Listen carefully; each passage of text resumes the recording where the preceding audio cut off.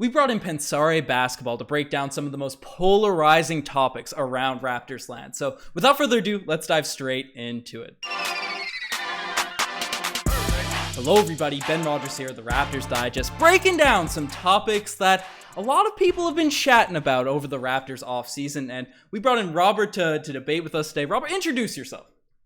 Hey, my name is Robert Misovic. I'm from Pensare Basketball, which is a new YouTube channel covering the Raptors and everything in between.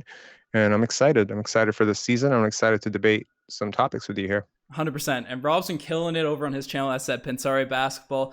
New to the scene, been really started uploading videos a few weeks ago and has been absolutely killing it. So definitely check him out. I'm saying at the start of this video, but we got to talk about some Raptors, Rob. And the first thing we're talking about is Gary Trent actually a good defender? Because this is a topic that has brought up some steam recently because Gary's been posting on social media about wanting to make all defense. He felt like he was snubbed for that team this previous year. Obviously, Nick Nurse has raved about his defensive growth over the course of the season because he was essentially didn't have many expectations on that front coming into last year. But what are your overall thoughts on Gary's defense before we get into the nitty gritty?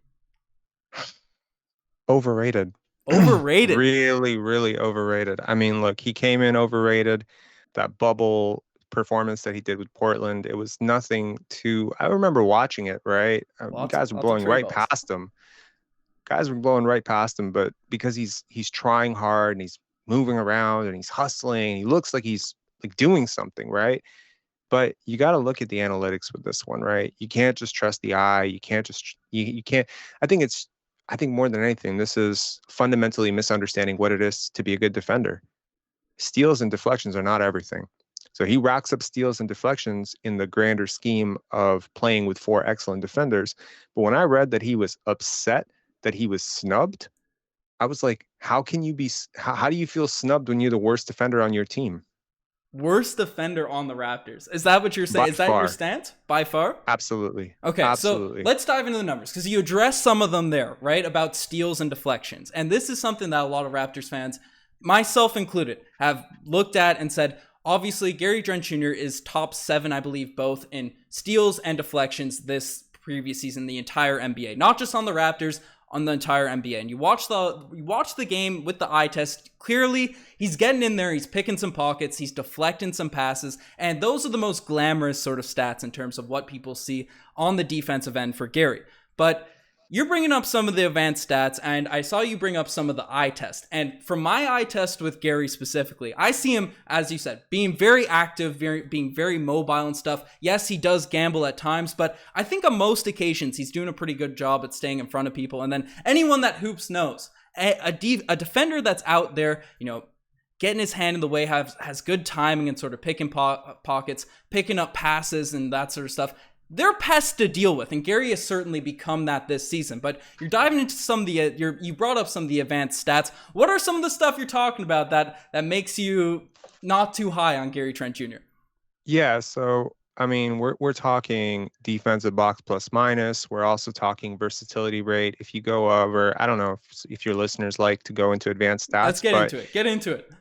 Yeah, so I mean, if you go over to crafted box plus minus, right? So their model, right? Mm-hmm. It has him as a pretty putrid defender, right? They have him as a 27th percentile defender among players who racked up 350 minutes. So we're not comparing him to scrubs who never got off the bench. We're talking about rotation players or fringe rotation players. So where he excels, right? Deflections, mm-hmm. right? And racking up turnovers. He's 94th percentile in deflections. Yep. That's great. That's incredible. But what about rim defense, right?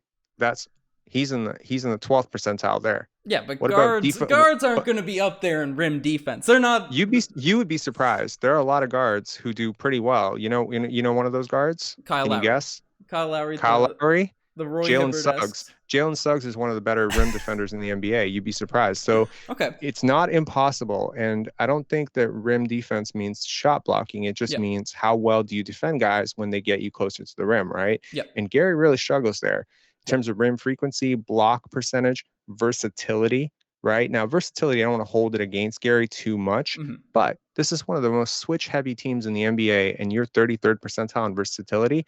That clearly shows me that you can't guard up or guard down positions. He's pretty much locked as a 2-3. Yeah. That's a bit of a problem, especially when the Raptors get into deep into the playoffs, when he's getting exposed. And if you actually go back and break down the games that they lost, right? Notwithstanding, yes, he was not super healthy during the playoffs the first three games, but even the games where he was healthy, James Harden was abusing him. Tyrese Maxey was abusing him. And God See, forbid if he ever got into the post with Joel Embiid, that's lights out too. So who's he really guarding there, right? And I mean, look, and also let's talk about this. First percentile in terms of defensive rebounding. Last I checked, rebounding is a part of defense. So no, you're not going to be an all-league defender when you post those type of numbers. I don't care how many steals you get. And to anyone out there who's saying, Rob, he gets too many steals to be a bad defender, I would caution you that Allen Iverson racked up a lot of yeah. steals too. And you make a lot of good points there. You bring in this numbers, you bring it in to back it up. However, I'm looking at defense from a guard, and am I overvaluing rim defense? Yes, you can be good at. We looked at Kyle Lowry, especially with his size and frame, being able to get back the court, play that Roy Hibbert. We always used to joke, the Roy Hibbert verticality-esque defense. He'd jump straight up, he'd get in the way, he'd use his size, his frame to get in front of people, right? Certainly that's a skill. But is that something you're being asked to do consistently as a guard? Is that something that's going to be essential to be an elite defensive guard? I don't think it needs to necessarily be a massive part of the equation. Maybe if you're running for all defenses and stuff, fair enough. You make that point. You got to nitpick and sort of make the takes against them if you're going for all defense. Block percentage, same sort of deal, right? If we're looking for a rim protector at the guard position, that's not necessarily what I'm looking at specifically. So I'll concede that. He's clearly not that level of switchable defenders, being able to rotate over, play a Chris Boucher role in terms of getting blocks on the other side. But you brought up defensive blocks plus minus. And this is a stat people know that I've made a bunch of ML model, or people don't usually watch those videos, but I made a bunch of ML models breaking down stats, using advanced stats to sort of make predictions and all that sort of stuff. And defensive box plus minus is something that I don't think is an accurate reflector on in terms of impact on the defensive end, especially for guard caliber players. Because, and look at it just from the Raptors side of things. And who would you say is probably the most elite Raptors defender on this team? Well, the numbers don't back it up, but clearly I would argue it would be OG Anunoby, OG right? Anunoby. OG has a worse defensive box plus minus than Gary Trent Jr. this year, right? Precious Right. Achiuwa, who really came on, who became, I'd argue in the playoffs, the guy that I was most comfortable with guarding literally anyone on that Sixers team when we were switching around. He was in the negatives in in defensive box plus minus, right? I can't say acronyms correctly on vids, but right.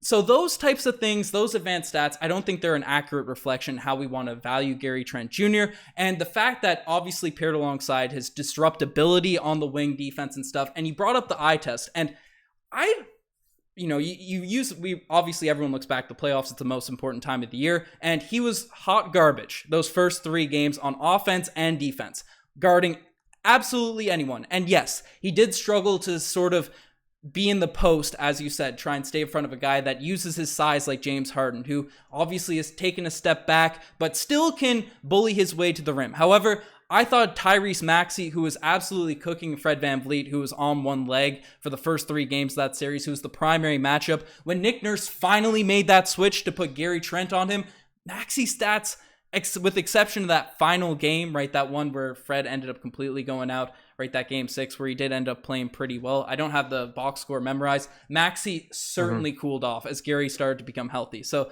I don't, certainly you can look back to those first three games of the playoffs and say, okay, Maxey cooked all these guys, cooked our backcourt and stuff, but with Fred on one leg, Gary sick, it's a tough anecdote to really hold against Gary Trent Jr. in this argument.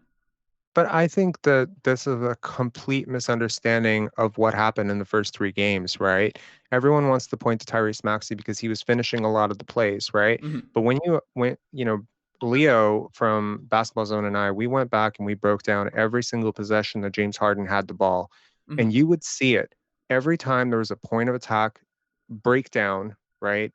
Against Gary Trent or whatever.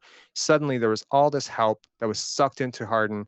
And suddenly he's dishing it out to Maxey, who has an open three, and you're counting that as 3 points on Maxey's defender, who's not Gary Trent, For the Yeah. analytics purposes and for the tracking purposes, you're gonna penalize whoever was the closest defender to him, completely ignoring the fact that it was Harden who created the breakdown. So when you say that, well, But as look Gary at got games through healthier, 4 and 6. 4 and 6 of yes, that but series, right? who That's was when Gary's guarding? But healthy. who was guarding James Harden games 4 through 6? Scottie Barnes, right? A Well, lot of Scottie, right?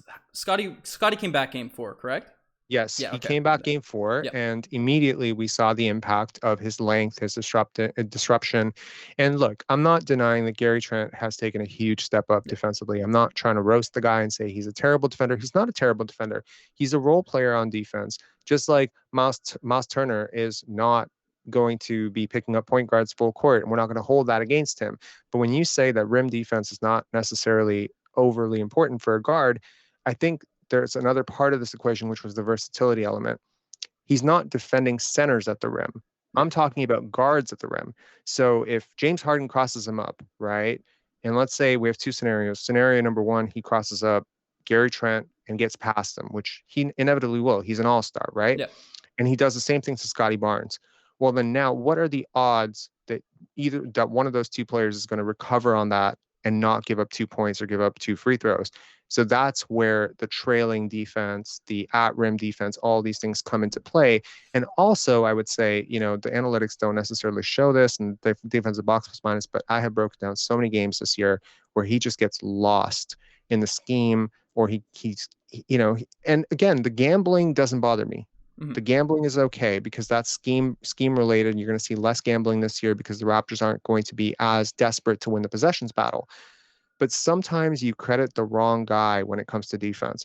So if OG and Pascal pressure a guard to throw an errant pass and And someone gets the steal. Yeah. Gary gets the steal, right? Or Fred digs down, we're going to credit the guy Yeah. who technically ended the turnover instead of starting the turnover. So I think that it's somewhat going to elevate players when they play with 4 other positive defenders. And yeah, so I just think that if Gary Trent was on another team with average defenders, he would be a very average to below average defender, Okay. which does not qualify as an all league defender.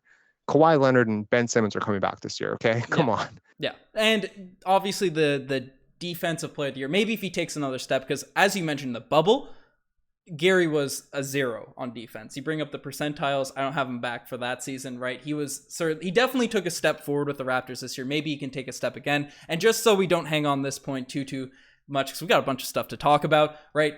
In terms of the Scottie Barnes, right? If he gets blown by, as you said, by a superstar player like James Harden, even if he's taking a step back, he's blown by you, right?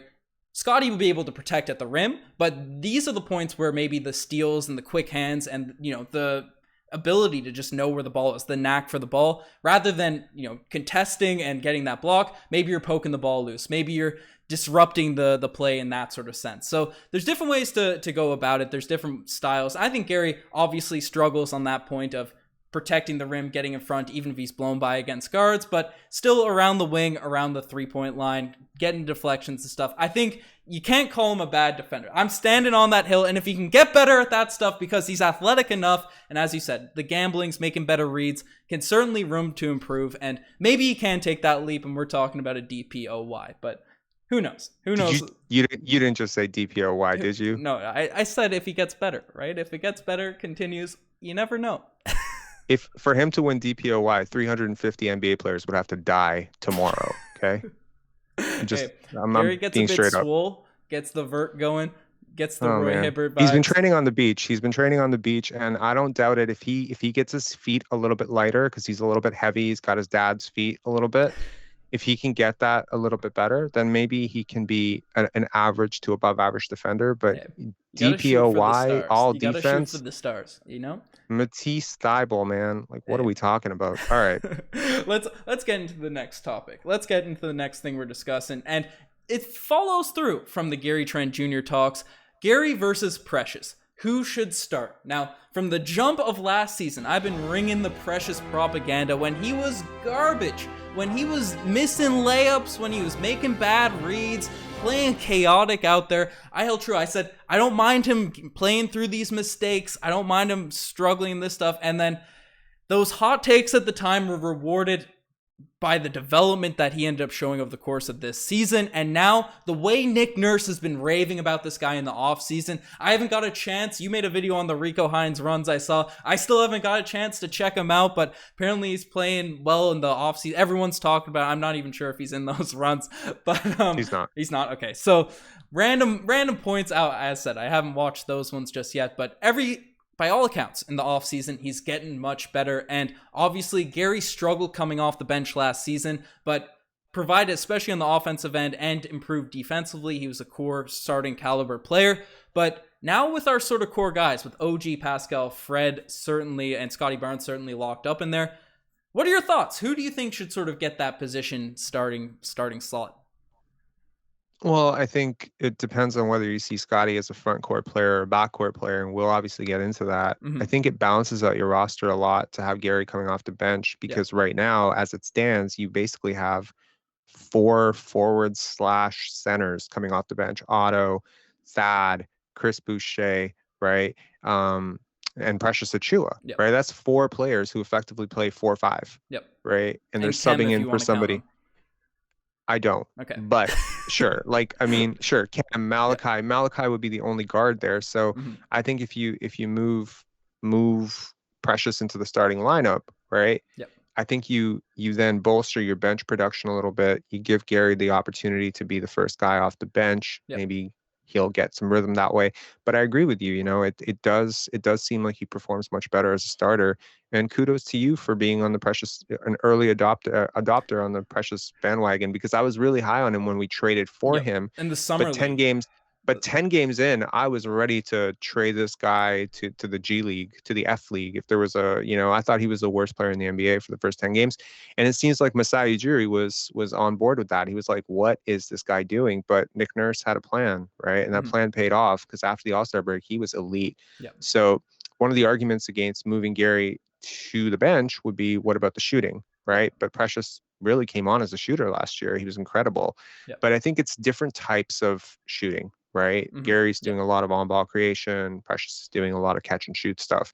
So I do think that it'll depend on the other pieces. It'll depend on what type of step Scottie and Pascal have taken in their game, what kind of on-ball creation we can expect from OG. We saw a little bit of that in the start of the season last year, but then it kind of fizzled off. So if OG can replicate some of those skill sets that Gary brings, then I think a lot of his on-ball creation is redundant, right? And you might prefer to actually have a completely switchable lineup, because it doesn't make a hell of a lot of sense to be the team that's 6'9", all 6'9", and then your 2 backcourt players are the only guys who don't fit that mold. It doesn't make a lot of sense.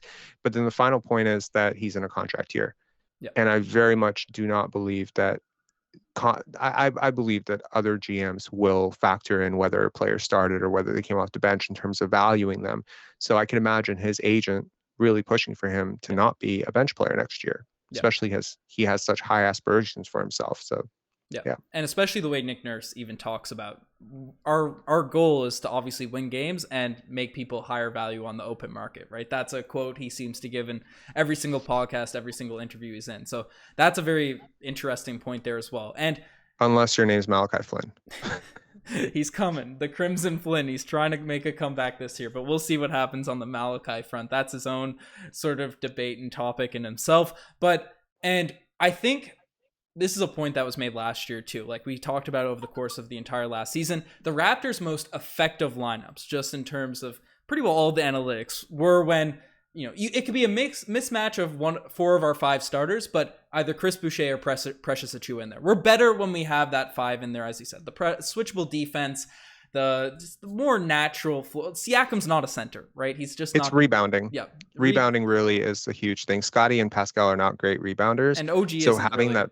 For his size. And we just right. Yeah. Well, he's okay. I think Scottie was really good offensively, but on the defensive glass, how much you give up.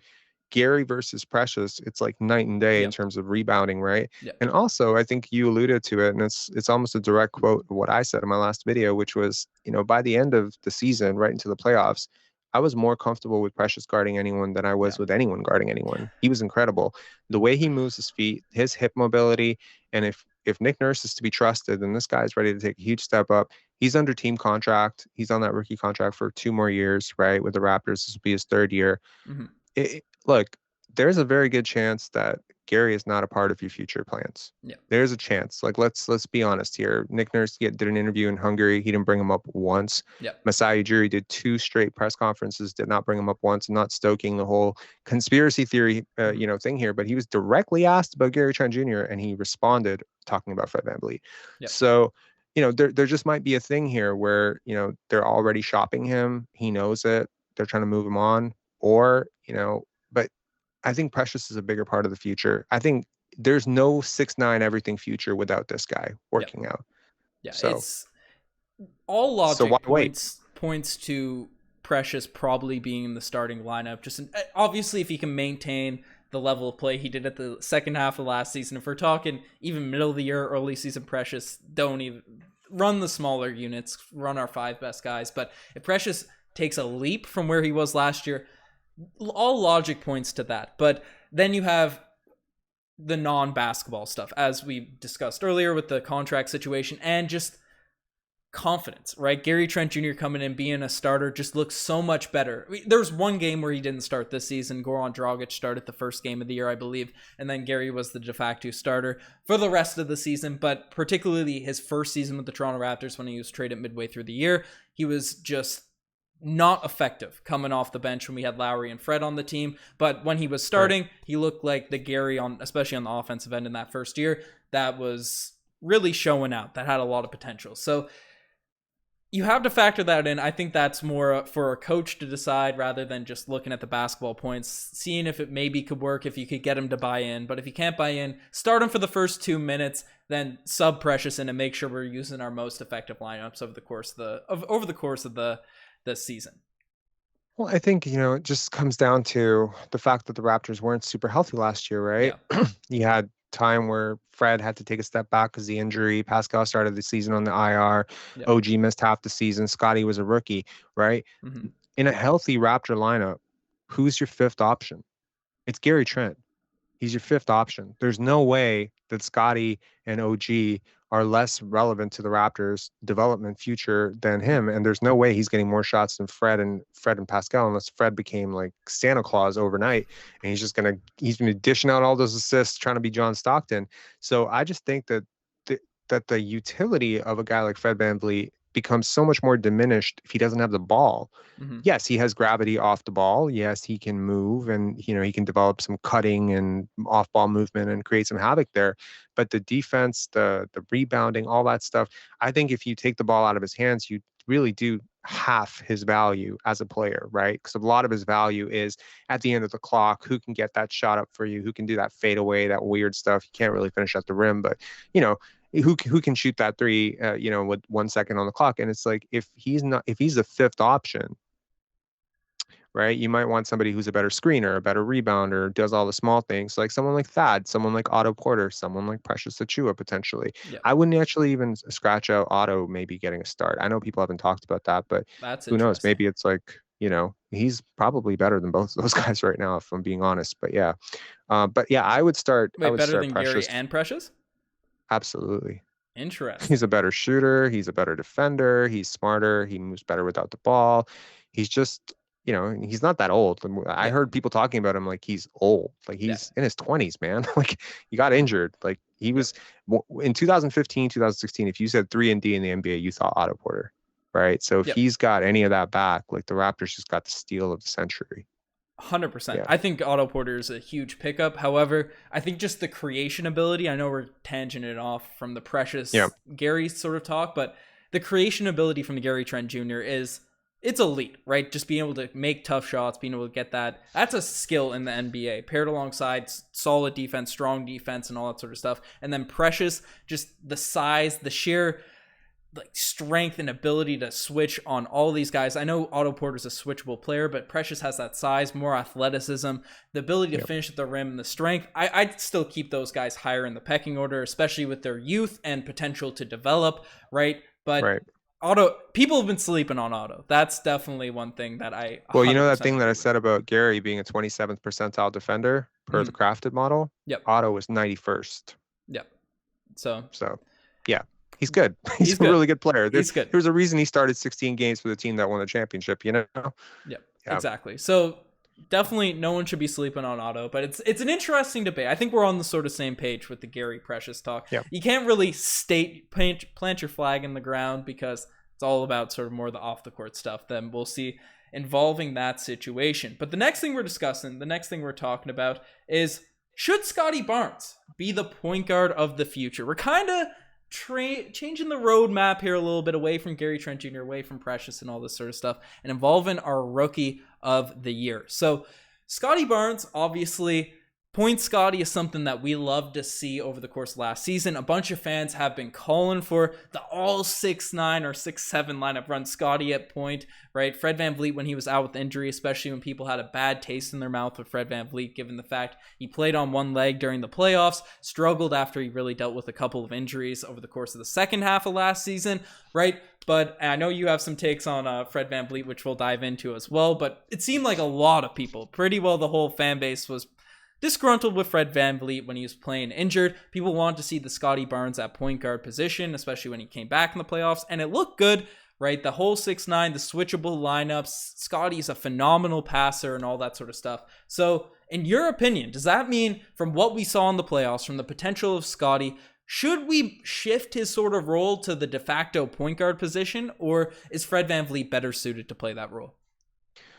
Look, I can't argue analytics and then argue against Fred VanVleet. The analytics love the guy, Yeah. right? He's incredible, right? Mm-hmm. But there's a few things that analytics don't capture, which is I think where Scottie really shines as a point guard. Now, Brian Macon, who's Scottie's trainer, he was Mm-hmm. on today with Yahoo Sports and he was talking about why Scottie's going to be playing more point and why he's so suited for that position. And he said, well, the ideal point guard is one who creates a lot of mismatches and one who's really unselfish. And that's Mm-hmm. Scottie to a T, right? Yeah. He's a mismatch on every single player, right? This is the Rico Hines summer runs that you mentioned. And he looks like a man among boys. And you have to remind yourself that he's not playing against high schoolers there. That's James Yeah. Harden. That's other NBA players, like real NBA players out Yeah. there. And he's just bullying them around. Mm-hmm. So Scottie on offense is a point guard. He's absolutely a point guard. He's worked his handle out this offseason. He was already a 94th percentile pick and roll ball handler last year. He's incredibly tall for his size, for his point guard position. I mean, like, look at Ben Simmons as point guard. I mean, I know people are down on Ben Simmons, but Yeah. he's an incredible passer and playmaker down there. And in terms of the downhill gravity that you have, the guy who has the ball, the reads, the decision making, the maturity that Scottie Barnes has is incredible. Yep. And but also where he differentiates himself from Fred VanVleet is the creativity. The creativity and the size. Like there are times last year where I know Fred saw a pass, but he was just too short to make the pass. Yep. Right. As someone who's sub 6 foot, and you as well, I think we can both agree that when another team switched, someone who is 6'4", 6'5" onto us with long arms, those passing angles just disappeared. Well, Scottie doesn't have that Speak for problem, right? yourself. Those no looks, they be getting thrown, as it's become a All meme right. on the channel. Well, I mean, okay, fine. So I can Yep. speak for Yep. myself Yep. when I was in high school for sure. Like I remember, No, when we for faced sure. off For against a sure. guy who had super long arms, like Yep. those passes were going into the third row, right? Yep. So I understand Fred's affliction. Then Mm-hmm. at the same time, I also think Fred VanVleet is incredible off the ball. He's Yep. a great shooter, catch and shoot shooter, but I also think he's an incredible point guard defender. Yep. So whereas I think that Scottie and Fred could operate a little bit the way that Eric Snow and Allen Iverson operated back in the 2000s, Mm-hmm. whereas Eric Snow ran a lot of point on offense, Yep. but then he was guarding the twos on defense so that Allen Iverson wouldn't have to, and the sort of vice versa, right? I don't really love Scottie guarding point guards. I know he Yep. did it at FSU and he did it in pinch last year. I think sometimes he's just a little bit too big, a little bit too off balance, and a little too big to do it, frankly. Yep. So I would like to move him two defensively, one offensively, and then inverse with Fred. And then I think that's great. The other option to this, which maybe is more pleasing to Fred's ego, is to keep Scottie at a different position, 4, 5, 3, whatever, 2, and ultimately have him be the first guy to come out. Every single substitution pattern, Mm-hmm. he's the first guy to come out. And then he's the guy who subs in for Fred as his backup. And then he has an entire run without Fred and he has the entire second unit because I really think Scottie fits super well running the second unit. And I think that's already in the works. I think that's going to happen Yep. because you have Otto, Thad, Chris Boucher. All these guys are solid without the ball. They're Yep. all rebounders. They're long And I just think that he would be incredible. So that whole 6'9" versatile Well, lineup, Otto that might just be Thad, your bench. that's high IQ players coming off the bench, being able to facilitate and play within an offense. Right. And then Thad had that entire chemistry thing with Chris Yep. Boucher that developed in the playoffs where they were just like reading each other's mind Yep. telepathically last year, which That was was insane. incredible. So and Chris just signed a new contract. So I think Mhm. like imagine a second unit of Thad, Otto, Boucher, Precious, and Scottie. Yep. That's incredible. Yep. Like that is better than the bench mob times 10. Like Yep. it's incredible. Like it's an incredible lineup and it's perfect. Scottie's the perfect guy to run that unit. Malachi and Delano Banton can be there in case of injury, Mhm. but I think that would be great. So I think if you're not going to start him at point, at least back him up at point, because I think if you look at the Raptor season last year, there were two seasons. There was a season where Banton, Flynn, et cetera, Yep. were your point guards, your backup point guards. And then there was a season where they kind of gave up on those guys and they said, all right, Scottie, Pascal, you're the backup point guards now. Yep. And that's when the season turned around completely for me. Mhm. It's partly Thad. Yes, it's partly, Pascal turning a corner, but Yep. it was point Pascal and point Scottie that brought it home for us. Yep. And I thought you were going to go in a different direction with that, with Fred VanVleet takes or something, but that's something I've been calling for. Fred VanVleet won a championship as sort of that. Obviously, Danny Green started in that playoff run. He was the starter. Fred VanVleet was really that off guard that we relied upon closing games, right? Fred VanVleet, he's an elite shooter. NBA University, they made a tweet or a graph the other day that we reacted to about Fred VanVleet being one of the tops in the leagues in terms of 3-point spot up talent and 3-point off the dribble talent, right?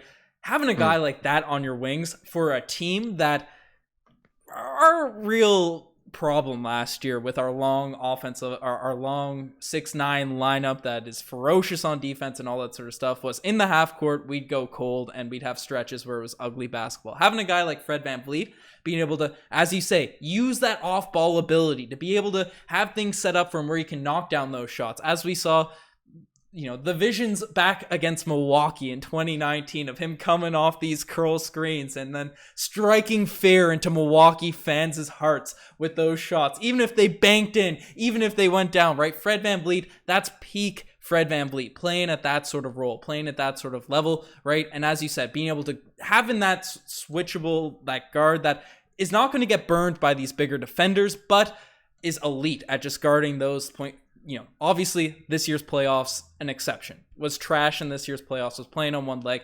Every other indication is Fred VanVleet over the course of last season, over the course of all the playoffs, is immaculate. Just staying in front of these quick guards that, might be able to blow by a Scottie Barnes or one of our bigger defenders in that sort of sense. So having him out there for the defense, you brought up all the points I've been ringing this entire season. Having point Scottie out there is going to be key. And Fred VanVleet can play on the ball. We did see at times during last year's playoffs, and Scottie really only got, 3.5 games in the playoffs, so not a huge sample size, but there were moments, not a lot of time to get his feet under him, but there were moments where the moment did look a little bit bright when he was dribbling up the ball, dribbling the traffic. I look back to game 4 or 5 where the Raptors had a tight game at the end. Scottie Barnes had the ball and made 2 consecutive turnovers that brought the Sixers almost back into it, but the run was ended up inevitably killed by the Raptors squad balling out. So, there are moments where rookie mistakes will happen. Obviously, he's in his second year. The growth is going to come. That's going to happen with any young playmaker, facilitator that, as you said,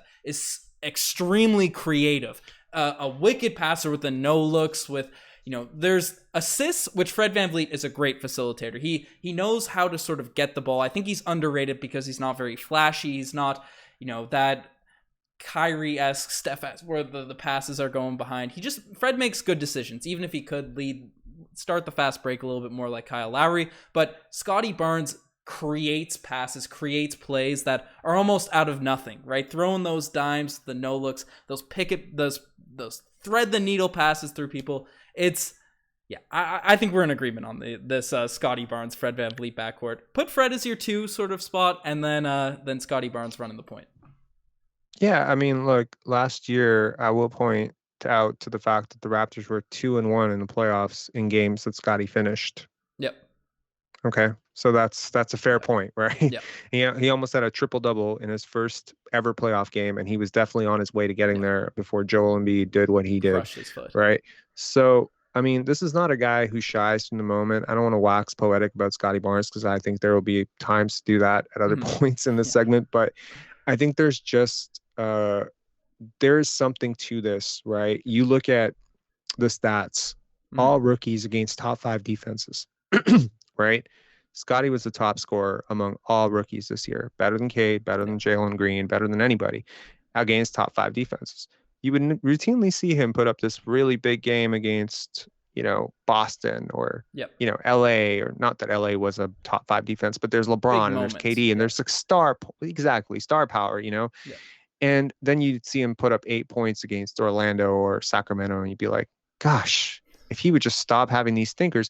But really, he's just a very unselfish player, and he knew that those moments that he needed to shine brightest were the ones that he was going to have to pick and choose, right? Yeah. Because he can't just come out and score 25, 26 every single night. Not that he could have done it if he Mhm. wanted to, but if he had gone and scored 21, 22 every single night, there would definitely be some rumbling within the pecking order. And I remember making a video last year for Pinsari Basketball right around when Scottie took that huge dip in production. I think he averaged 12 points per game for an entire month in December. And I was like, Scottie's going to have to take a step back. He's the only guy who's unselfish enough on this team to let the others eat. Because when Pascal came back, suddenly there was this huge mouth to feed, right? Mhm. So I like the idea of Fred VanVleet being that sort of two guard. I think a lot of the points you made about him being a good shooter, a good defender, pesky, whatever, all of that. Where I will disagree though is that he's a great decision maker. He's a safe decision maker. He makes a lot of safe decisions, right? But Yep. there's an amplifying, there's this thing that analytics don't usually measure, which is what you didn't take, right? Like, they'll measure the steal, but they don't measure, the steal that you didn't get, the block that you didn't Mhm. get, the pass that you didn't make, the Yep. shot that you didn't take, right? So I think that's sort of an inefficiency, which doesn't highlight just how ineffective Fred VanVleet sometimes is running the pick and roll, because there are moments which are open for a second, and he misses that second far too often for me. And, like last year, I think I was very critical of him because I felt like most of Raptors Twitter and Raptors, people were going nuts about him. Mhm. And I was like, man, he's doing this against teams that are ravaged by COVID and their G League rosters, and he's putting up these huge numbers. But wait till you see what he does against teams like that are really gearing up for him. Mhm. And he was doubled a lot last year, right? He was honed in on, but so was Cade. And Cade Yep. was awful, right? I think sometimes teams will hone in on players who don't make really good decisions in tight quarters. They feel like they can rush you up, right? Yep. So he didn't, if he was doubled so much last year and he's such a great shooter and he's such a great playmaker, he should have had much more assists than he did, right? There's just a lot of stuff with him, that doesn't sit right in terms of a game manager. I think Kyle Lowry was an example of a guy who didn't dominate the ball. He could move Yep. off of it, but he made great decisions. Yep. And I think where I draw the line with Fred VanVleet is when Raptor fans start saying, well, this is the next Kyle Lowry. And I'm like, you Yep. don't Yeah. understand Kyle Lowry. You don't Yep. understand who he was, the type of body type, the freak athlete that he was, and just the cerebral, I think Fred VanVleet's probably better at a lot of things than Kyle Lowry. Yep. But in terms of the things that make a player a great point guard, that's Kyle Lowry 100% sweep. Yeah. Yeah. Yeah. Well, like, it's unfair to compare to Kyle Lowry. I feel like he's just, in terms of the little things that you want running your offense, Kyle Lowry, regardless of if he was scoring 0 points in a playoff game or anything like that, he always did those little things for you that, as I sort of brought up when I was making that point, right? Head manning the basketball, as you said, making those creative decisions, like creating the same way Scottie Barnes does. And I look at Fred VanVleet, and I think it gets undervalued because there's a lot of point guards out there that are very skilled, have all the talent in the world, but just make bad decisions. They go out and they force things, they drive the lane, all this sort of stuff that Fred VanVleet, I thought, did at times the year following the NBA championship, especially the first couple of months. I thought there was a lot of stuff forced. He's not that efficient of a scorer around the rim, and I thought he was maybe, I don't mind people working. I like when the Raptors mess things up over the course of a regular season if he's working on that stuff. But I thought there was a lot of forced shots in the paint there. I think especially this most recent season, he's playing within himself. So I don't know if it's necessarily bad decision or like poor decisions, or just the fact he knows he's not going to have the timing, the size, whatever you want to call it, to throw those passes. It'd be ideal if he did like Kyle Lowry could and all that sort of stuff. But Fred has sort of played within himself, and with the exception at the end of games where I just want him to stop taking those step back threes that get blocked all the time against the Robert Williamses of the world and all that sort of stuff, right? I think he's managed our point guard position very strongly and isn't good at that front. Obviously, Kyle Lowry, it's too difficult of a standard to live up to. But before we transition away too much from Scottie Barnes and get into this, there's a few names going around the trade block this year, and it involves, a lot of teams want Scottie Barnes. And now, obviously, I think everyone is of the opinion, do not trade this. There's no one in their right mind would trade him for Donovan Mitchell, who's one of the stars out there on the table, right? But Kevin Durant is obviously the big name, the big fish. The Raptors have been on that quest for Kevin Durant. Masai Ujiri's wearing that Indiana Jones hat, right? We wanted that KD. I made the graphic, the animation saying not Scottie Barnes involved in a trade. However, are the Raptors in the wrong for not being willing to add Scottie Barnes, obviously Rookie of the Year? We praised him so much in this podcast, but for a guy that is, minimum top 20 player of all time? Yeah, I mean, you could make an argument that Kevin Durant's top 12, top 15 player of all time. You could argue he's a top 3 player right now. You could argue he's probably going to be better than Scottie all time and probably for the next 3 years, right? Scottie would have to take a pretty monumental step up as a shooter, scorer, defender, etc., to clip that, because I think one thing people don't realize about KD, which is not the case with someone like Jaylen Brown and also with Donovan Mitchell, is that he literally does everything. I know he gets a lot of credit for the scoring, but he also is an incredible passer. This is a skill that he has developed since Oklahoma City. He's a really good defender. I don't want to say an incredible defender, because I think the bar for incredible defender is obviously Gary Trent Jr. But DPOY, baby. Yeah. Oh my God. But yeah, he's a really good rim defender. He's capable on switches. So there's a lot there. And I think he's just such a gamer that it's very, it's very interesting for me how this, the Scottie being off the table has rubbed a few people the wrong way and has encouraged a few people to go the complete opposite. So I think one thing it has done is it has conveyed to the league and the general media that this was not just a guy who hustled his butt to 15 points per game and, is going to be basically Mike Miller or Shane Battier type of, a guy who just, he popped early, whatever, but it's kind of going to stagnate. No, the Raptors are legitimately pulling him off the table for what's probably a top 3, top 4 player, still pretty much in his prime. I think that people outside of Toronto are looking at this like, are they crazy? What are they seeing that we're not seeing? Right. And, you have some Raptor people. Will Liu has definitely gone on the record saying he would do it. Right. There's Oren. Really? He's done it. Yep. He said that he would do it. Aaron Rose said, if he could do a 1-for-1 swap, he would do it. So there's a lot of people in the Raptors media that, and believe me, I'm taking names. Don't worry. Okay, keep the names. I don't have a list. I'm ready to. I'm keeping names so that next year these people can eat it. But okay, nice. But the truth is, like, no, I understand that a lot of people would say, come on, this is Kevin Durant, right? It's Donovan Mitchell. It's Jaylen Brown. Like, what are we talking about here? This is a guy who averaged 15 points per game, who was being debated last year.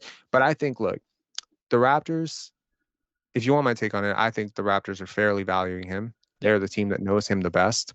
They understand that, number one, if you were to hypothetically do what Aaron said, which was trade these two 1-for-1, which you can't legally under the cap, but let's say hypothetically you could. Let's say there was get weird with it. Yeah, I mean, but that's the thing. It's not Kim Birch, right? The thing that Aaron was saying was you'd have to include OG, Gary, et cetera. You'd have to include so much because Scottie doesn't make a lot of money, right? He's on a rookie contract. But that's exactly the point here. In terms of wins added, a team building around Kevin Durant is going to have all sorts of complications with luxury tax and cap space, et cetera, that the Raptors just don't have building around someone like Scottie Barnes, who's under team control for the next 2 years, 3 years. And then after that, he's a restricted free agent. You can match up any offer and obviously offer him a super max. You're going to do that, right? So not only are we talking about the younger player in every single trade scenario that you mentioned, we're talking about the younger player. We're talking about a player who is really blossomed in Yeah. this system, who's a leader, who's the good vibes guy. But I think sometimes people say that stuff and they forget that he's also an incredible basketball player. Yep.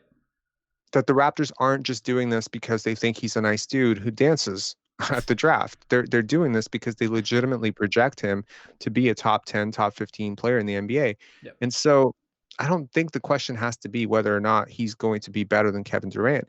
I think it's a question about window. I think it's the Hmm. question about, do you want to be really, really damn good Hmm. for like 2 years, right? Yep. Let's say you trade OG and Scottie and some ancillary pieces, right? And now you're building around Fred and Pascal and Kevin. Is that a guaranteed championship?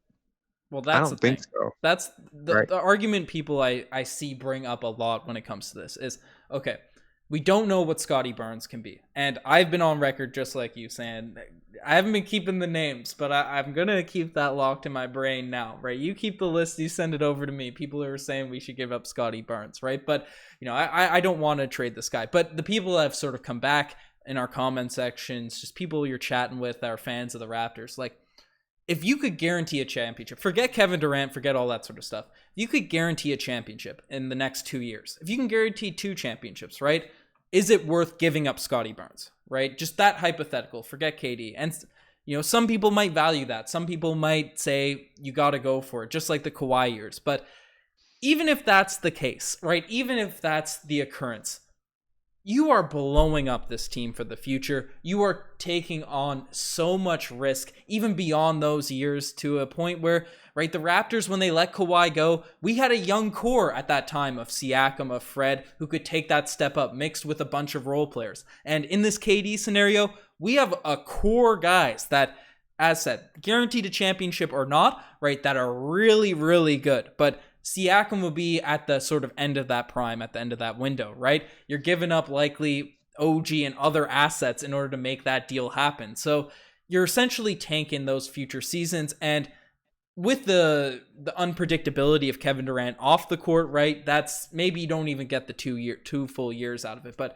all that said, like on the court, taking in that risk, taking in all those issues, right? Even if you're guaranteed those 2 championships, having one of those homegrown all NBA caliber player, which I think is a legitimate, like, you're not a homer if you're saying there's a potential for Scottie Barnes to really reach that level, right? Like, Scottie Barnes has all those superstar capabilities if he can continue to develop, if he continue to even just get that mid-range jump shot to an elite level, right? Having that homegrown guy, as you said, you can construct your roster around, have under contract for all these years, right? Build up to, with our young core of Precious, Gary, if he ends up staying around, whatever young guy could hopefully take a leap amongst Delano, maybe Malachi, maybe whatever you want to say there, paired with our vets of now Fred VanVleet, Pascal Siakam. OG will probably fall under that vet role now, even though he's a younger guy, right? But with Otto Porter Jr., Thad Young, and Chris Boucher, it's the perfect mixture of team you want to have for a stable franchise going forward, and just nuking all those, nuking the core piece to that asset. And as you brought up, the pieces that will end up having to go around that, you just don't do it. You don't do when you've been constructing, you suffered through a tank for that long, for even if it's a guaranteed chip, which it certainly isn't, right? It's just a bad decision in my take. But people disagree, but we seem on the same page with this one. I mean, with 2022, people had projected it as one of the greatest drafts in NBA history. Some people before it even started said top 4, top 3, right up there with 96. And Brian Macon, who's Scottie's trainer, came on today and he was asked a very interesting question about whether people were sleeping on Scottie and whether or not he probably should have gone number 1 in that draft. And again, people will consider that a homer hot take of, hey, there's 2 Raptor fans saying Raptors, should have picked him over Cade and Evan Mobley, and those guys are superstars apparently, and Scottie's not. But I think there's a very good case to be made that, if you look at what makes a superstar, like what made Kawhi so good in the playoffs, right? I mean, really, it's those broad shoulders, the way he moves, the way he creates space and separation. Yeah. Really, if you look at Kawhi and DeMar DeRozan, they're not that different. The real difference is how they get their shot off, the clearance, the difference in 3-4 percentage points. Scottie Barnes was like 71% at the rim last year, which is better than Pascal Siakam already as a rookie. That's hard to do given how many different positions he played and how many different defenders he saw. He's also, according to P3 rep, that was like the CEO of P3, who did the athletic testing on Scottie, said he was very physically similar, if not physically identical, to Kawhi Leonard. Yeah. So the Raptors have seen this story before. And the final thing I'll say is what something you brought up, which was the homegrown part, right?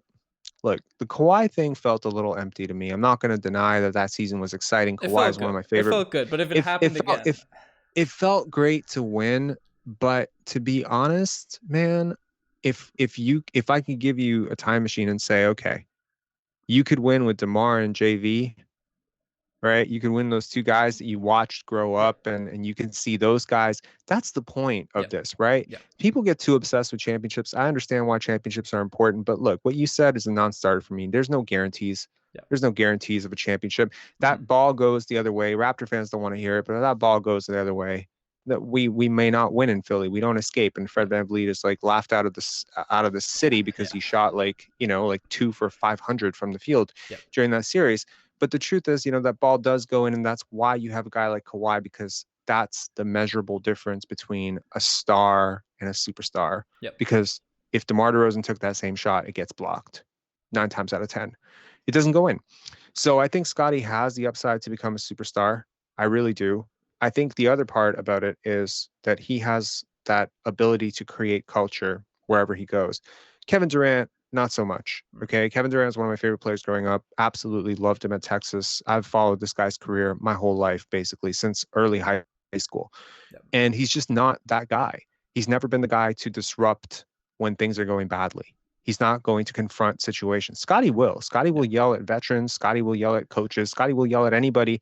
If it's going wrong, he will fix it somehow. And I think you're already seeing that, it may be unfair to credit him completely, but he's the biggest difference between this team in Tampa and this team now. Yeah.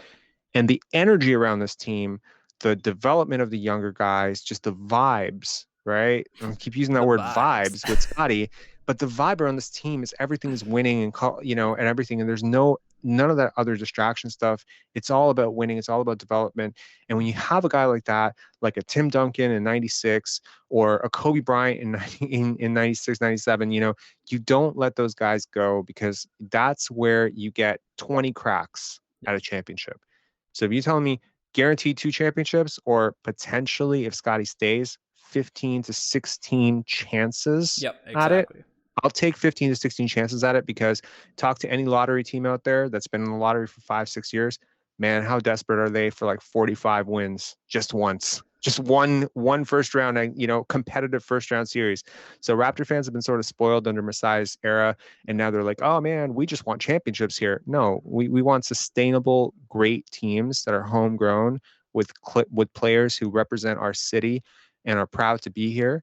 And I think Scottie Barnes is that. I don't think you trade him for anyone. I wouldn't trade him for anyone. Yeah. Jokic, Luka, maybe a package there. The young stars. But I understand why you would do that. I personally wouldn't, but again, those guys are already super max players. Yeah. Right? So again, you're giving up everything plus Scottie. Yeah. So, but Scottie Barnes, our guy, he's taking those leaps. We're on the same page about that front. And just to build off one point that I thought is key to those superstar level players, you made the comparison to Kawhi, right? Having those number one options on these elite teams, those top teams, they need to be able to get you easy shots in tough spots, right? That's something that's essential. Is Scottie Barnes there just yet, especially where the mid-range jump shot, it comes and goes at times? Some games it looks like, okay, we got that guy. Now some games it's like, oh, okay, that definitely needs some work. But his ability to just extend at the rim with those long arms, with that strength in his rookie year, finish on top of who were we? It was DeMontis Sabonis. Every time we played the Pacers, Scottie Barnes saw his eyes lit up with those 7-footers underneath the rim, and he'd be finishing on top. He can get you those easy buckets in the clutch of a game. He's a guy that I want, just because Fred VanVleet, obviously elite shooter and all that sort of stuff, struggles to really create that shot. Gary Trent Jr. can create shots, but they're tough fadeaways. And even though he's pretty efficient at them relatively, it's difficult. He doesn't have the size to really get it off. Pascal Siakam, his isolation performance was phenomenal in those last half of that playoff series. And he was asked to do a whole bunch with Fred VanVleet struggling there. Scottie Barnes obviously coming in with it. Well, he was back in the second half of the series, but his isolations went up big time. And I thought Siakam did a really good job, but every single shot that Siakam hit, every single one he took, he worked for. It was brutal. It was a grind. It was a spin. It was a hit. It was a drive, right? Scottie can get those easy looks. Those looks, obviously, it's a lot of work in the gym to become good at all that stuff, but the length, the size, as you said, almost the same build as Kawhi, right? He can just has that capability, the fluidity to create those easy shots for himself. So that's what you want to see out of your stars. I think basketball is such a game of inches, and you don't see this until you really dig into the sports science. Like the stuff they do at P3, like it's incredible. It goes well beyond whatever they do at the combine. They'll have players hold like 60 pounds, and then they'll see how much can you jump with that 60 pounds. Mm-hmm. That's what we want to measure as your vert, because now we're going to see what you can do against somebody. How high do you get on your 8th jump, right? Yep. That's what they want to measure. So in terms of peak performance, at the end of the day, like a superstar is created through 3 things: skill, mind, body. Yep. Right. That's all it is. Right. Mm-hmm. Is your mind focused? Is your are you able to see the game? Does it slow down for you at some point? Right. Can you make the right reads? Do you react to situations really well? Right. It's your body. Right. Do you have those inches? Like Domantas Sabonis, no matter how great and how skilled he thinks he will ever be, no matter how many jump shots he takes, he will never be as good as his father was. His father was, like, in my opinion, one of the greatest basketball players ever. Like up there, top 10. If he had come into the NBA, he'd be top 5. Yeah. Domantas Sabonis can do everything in his life, but he will never be that good because he has short arms and he's 6'10". So, and he has heavier feet than his father. His father was an uber athlete. This is sometimes just comes down to genetics. This is why someone like Kawhi Leonard, I was mentioning earlier, Kawhi versus DeMar, when you look at their shot profile, it's pretty similar. Yeah, yep. Kawhi's a better 3-point shooter, but they're both mid-range ISO scorers that take a lot of long twos. And why is Kawhi so much better at it? They're both strong finishers at the rim. They're both like average to above average. I'd argue DeMar's a better passer. Yeah, especially Kawhi's when he left the Raptors. He grew in that area with the Spurs. He was growing even as a Raptor. But the difference really is when Kawhi wants to he wants to carve out 5 feet. Yep. He can do it whenever he wants. He's too strong, too quick. There's all the mental processing that had to happen. So really, when you think about it, how did he go 15th in the draft? It's because his skills were lagging so far behind his mind and his body. Everything was there. All the groundwork that the Spurs scouts saw in Kawhi Leonard, it was all there. Mm-hmm. But what was lagging behind was the skills, the ball handling, all that stuff. That's exactly how I feel about Scottie today, right? He had a wrist injury in grade 10, right? And that really did slow him down as a bit of a shooter, mm-hmm. right? There's a lot of the ball handling stuff. He's gotten so much better at that. Yep. So the question is, how do you get better at skills? Well, everyone can get better at skills. You and I could sit in a gym for 6 years or whatever, however long it takes, and become lights out shooters. But you and I will never be able to put those shots off against NBA defenders because we simply lack the length and we lack the quickness to do that. So Scottie has 2 out of 3 already. Yep. And the third is completely dependent on commitment and luck of health, right? Yep. So unless Scottie Barnes, touch wood, is injured or, suffers some sort of injury or whatever, he will be a superstar. Like there are no surer bet in the draft last year in 2021 than Scottie Barnes being a superstar for me. He just creates space and gets his shot off way too easily. There's no one in the league that I could really see stopping him. And when you start to double team him, because I made a video about Scottie versus Cade and everyone's like, Cade got doubled. I was like, man, I dare you to double Scottie Barnes. Because the minute that double even starts coming, that's an assist right there. Scottie's just a better passer than Cade. He has all the makings of an alpha first option.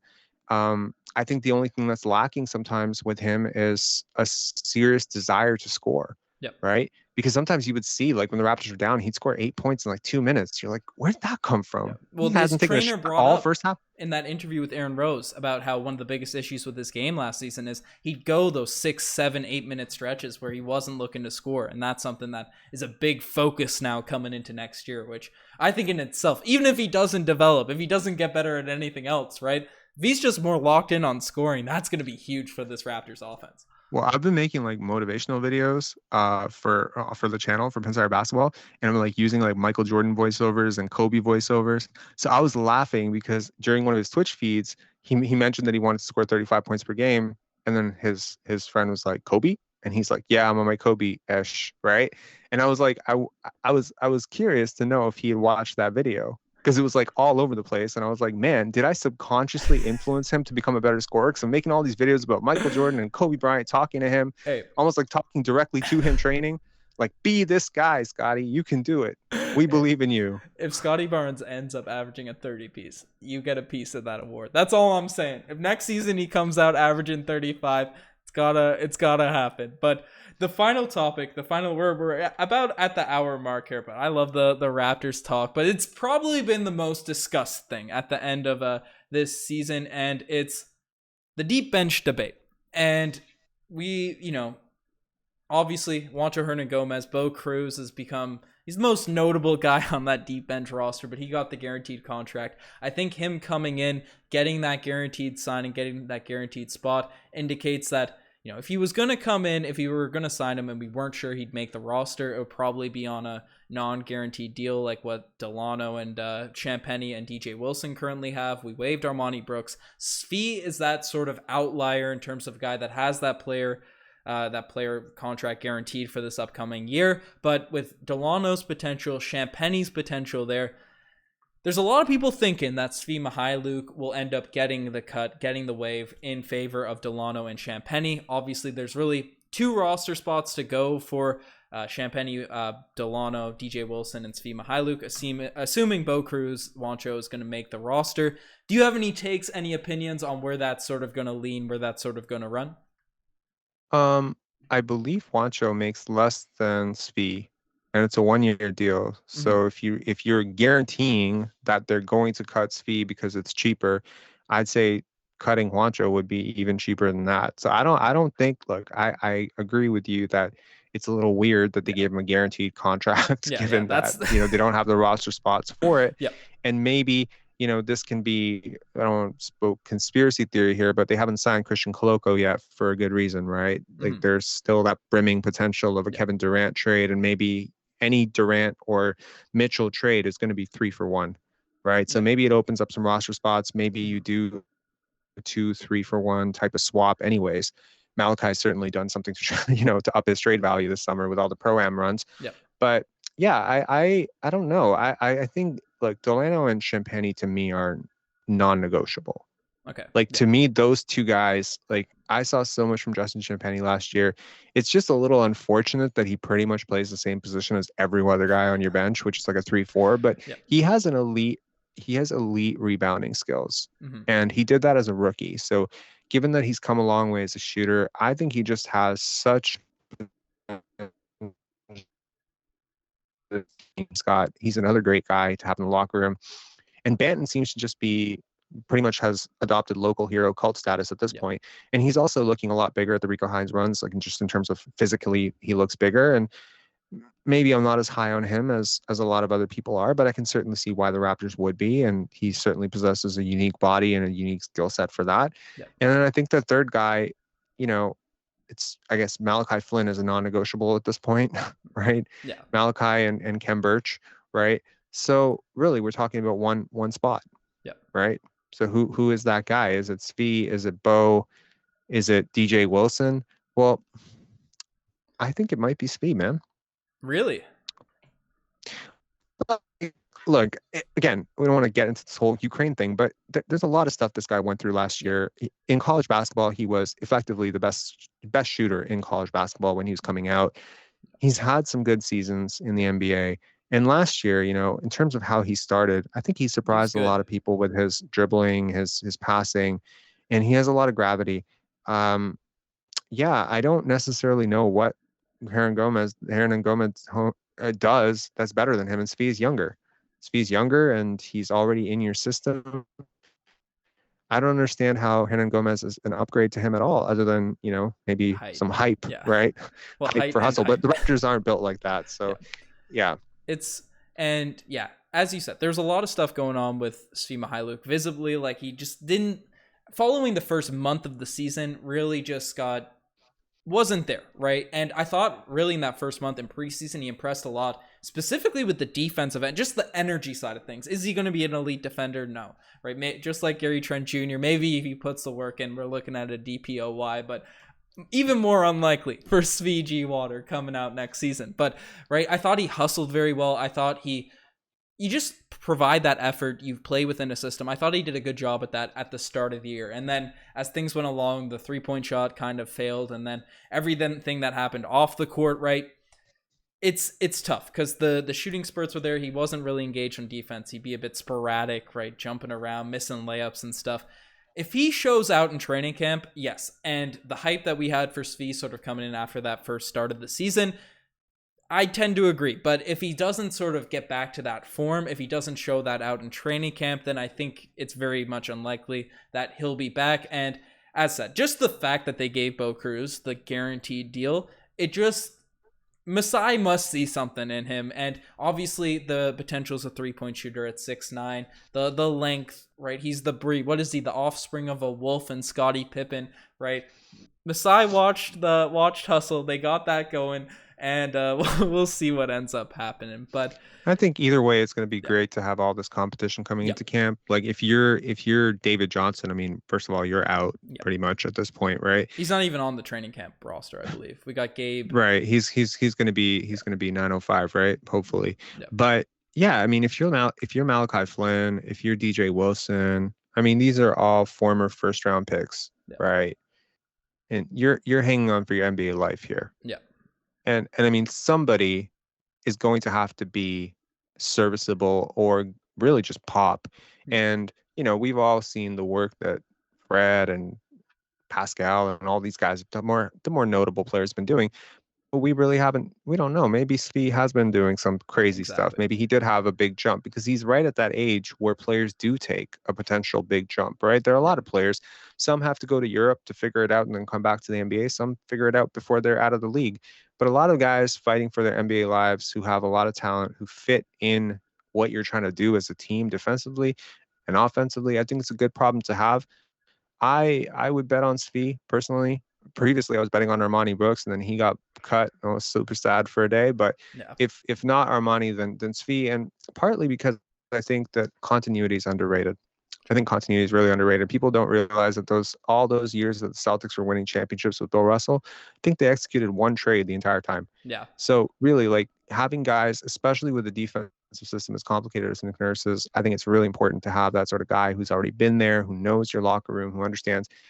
It does help winning, especially in the first half of the season. So I would prefer Svi over, just because I don't think that Bo Cruz and DJ Wilson are notable upgrades over him. Yeah. No, that's fair. That's fair. And we'll see what ends up happening. Obviously, the money makes that weird in itself, even if Svi plays better or if whoever comes out. But I like that we're on the same page about Champagny and Delano Banton, because the potential, even if they're worse than those guys right now than Svi or Bo Cruz, right? The potential for those guys to have on your roster is a 14th, 15th man guy. Low risk, high potential award. So lots of interesting stuff, lots of just polarizing topics amongst Raptors fans that have been discussed over the offseason. Obviously, different style of video here than the news clips we've been given over the past little while. But Rob, I appreciate you coming on here, talking basketball now for an hour. We've been on here for a little bit longer before that, just chatting it up. So I appreciate you coming on. As said at the beginning of the podcast, definitely check out Pensari Basketball. Lots of cool videos, lots of stuff coming out. Deep insight, some analysis on all the stuff happening. So definitely check out the vids over there. Rob, you have any last words that you want to say to end off this vid? Yeah, man. Thanks so much. This was a really cool opportunity. Your channel's obviously had a huge traction and it has a huge influence on the Raptors fan base. And I've watched a ton of your videos, both when you're doing solo and with Riker. And it was really an honor to be on with you. Thank you for the opportunity. I appreciate it. And as I said, you guys are the best for making this far. Check out the Instagram, the TikTok, the Twitter, all that cool stuff. We're signing up. Cheers.